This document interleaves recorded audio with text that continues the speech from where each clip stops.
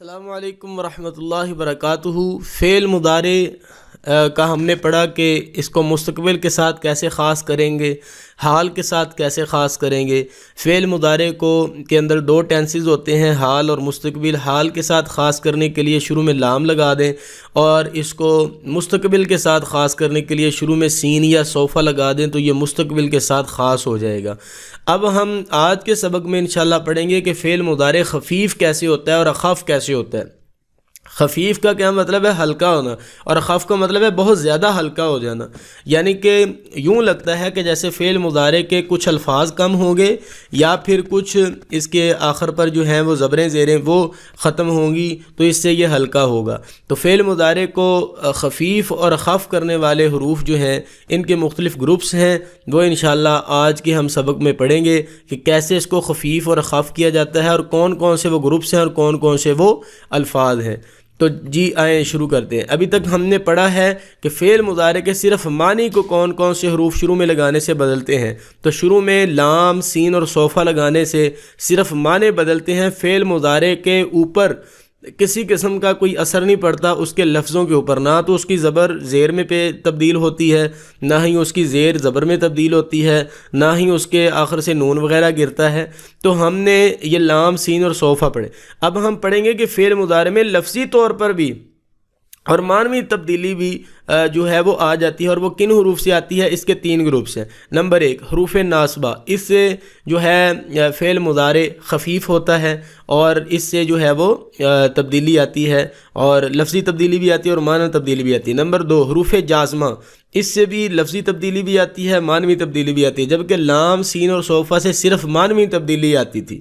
Number تین نون تاکید ثقیلہ اور خفیفہ، یعنی کہ ایسا نون جو آخر پر آتا ہے تاکید والا ہوتا ہے اور وہ شد والا ہوتا ہے، اور بعض اوقات وہ سکون والا بھی ہوتا ہے۔ آگے چلیں جی، ان تین گروپس میں سے، یہ جو پیچھے ہم نے تین گروپس پڑھے ہیں، حروف ناصبہ، جازمہ اور نون تاکید، ان تین گروپس میں سے پہلے دو گروپ فعل مضارع کو خفیف کر دیتے ہیں۔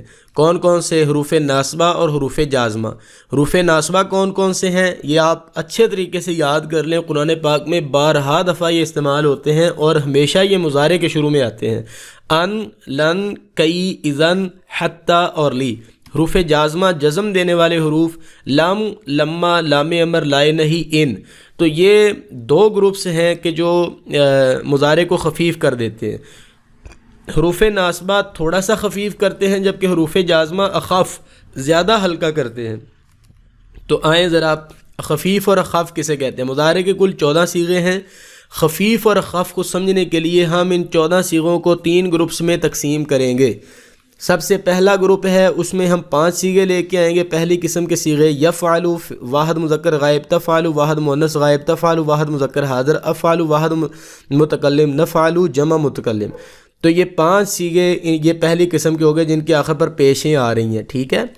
اور دوسری قسم کے صیغے 7 ہیں، ان کے آخر پر دیکھیں نون آ رہا ہے، سب کے ساتھ کے آخر پر صیغے جو ہیں ان پہ نون آ رہا ہے۔ ان میں سے جو ہیں وہ 4 صیغے وہ ہیں تثنیہ کے، اور 3 صیغے، 2 صیغے جمع کے، اور 1 صیغہ واحد مذکر کا ہے، واحد مؤنث کا ہے۔ یفعلانی، تفعلانی، تفعلانی، تفعلانی، یفعلون، تفعلون، تفعلین۔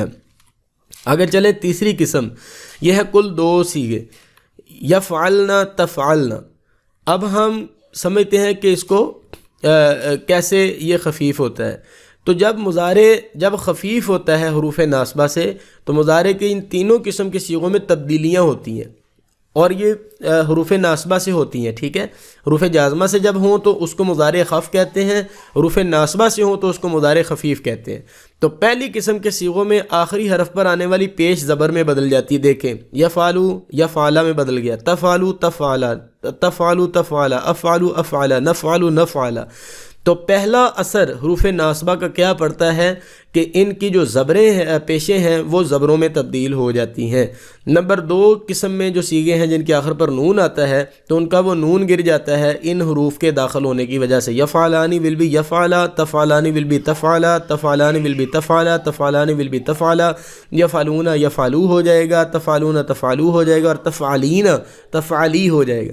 تیسری قسم کے صیغوں میں کوئی تبدیلی نہیں ہوتی، جو مرضی ہو جائے، جیسا مرضی پیچھے حرف آ جائے، جو مرضی ہو جائے، ان کے صیغے اسی طرح ہی رہتے ہیں.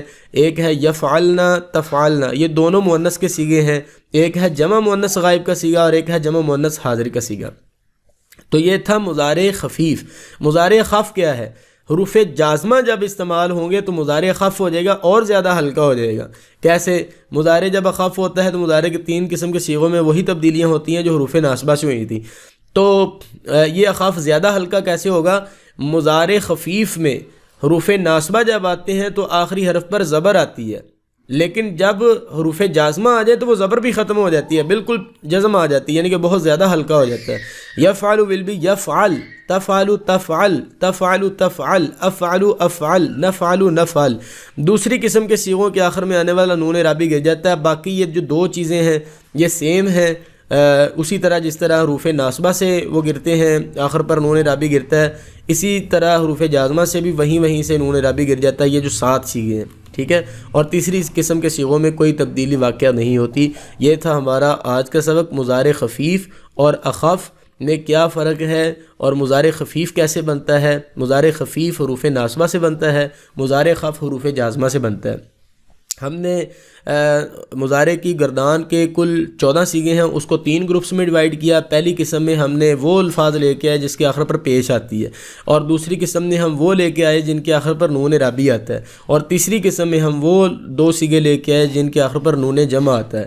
تو ہم نے ان تینوں کے قسم کے گروپس کو بتایا آپ کو کہ کس طرح جب یہ خفیف ہوں تو کس طرح ہوتے ہیں، اور خف ہوں تو وہ کس طرح نظر آتے ہیں. تو امید ہے انشاءاللہ آپ کو سمجھ آئی ہوگی. نیکسٹ جو ہماری ویڈیو ہے وہ ہے گردان کے بارے میں، ٹھیک ہے.